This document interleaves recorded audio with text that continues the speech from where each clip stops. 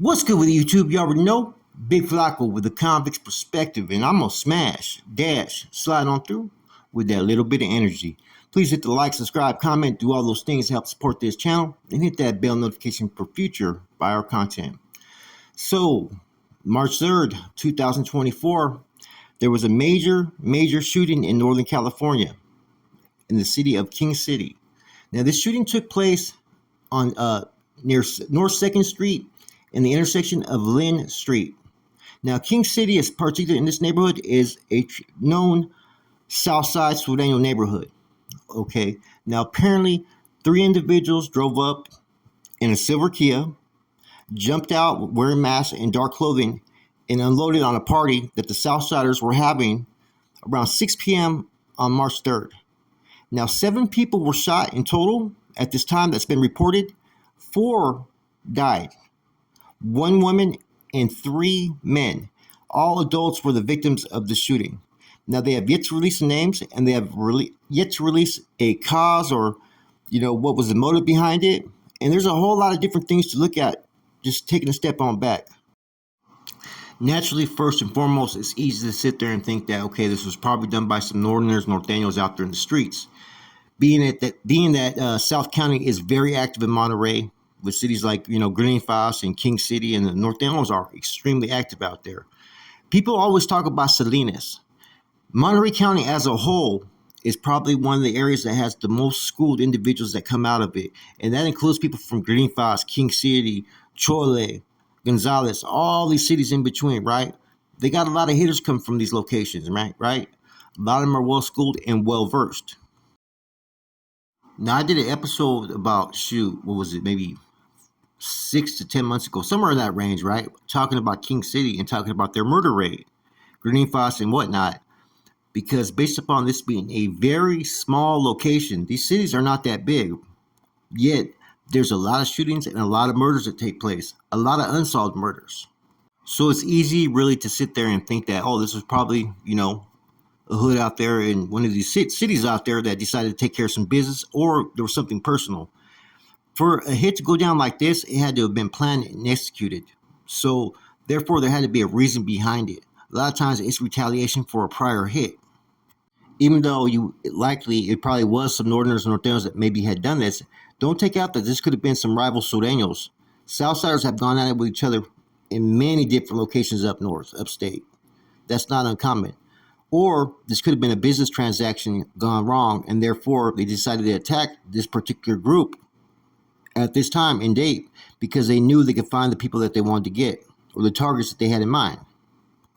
Now, first and foremost, my condolences to the families and the victims in this situation, because no one wants to hear about people getting killed over, whether it was gangs or business or whatnot, especially at no party, man, because like I said, you have all kinds of different people that are at these parties, family members, kids and whatnot, that are not always involved in that life, and they shouldn't have to experience it or witness it. The gang lifestyle and the gang mente, right, is generational in areas like King City and Greenfield. It's been going on for years. All you gotta do is look at the statistics each year for these small communities, and you'd be like, wow, that's a lot of violence that goes on in these small towns out there. It's just been a way of life for years. In cities that their population is under 20,000, in the state of California, King City has the highest with populations of under 20,000, and they only have 12,000 people in the city of King City. So far, though, law enforcement are reporting that they believe this shooting to be gang-related as well. Monterey, which is where this happened at, man, it's been traditionally a war zone for 30 plus years out that way. This is nothing new. This has been going on since as way back as I first started hearing about these small towns out that way. And in this environment, like I said, it's a different way of gangbanging. The cities they're spread out apart from each other. They're very rural. And so it's a different type of gangbanging. It's not like the traditional, city life like in San Jose or Oakland or San Francisco or Sacramento or Stockton. So when people have to engage, or the oppositions engage with each other, they have to really plan and prepare the things that they do before they go into it, man.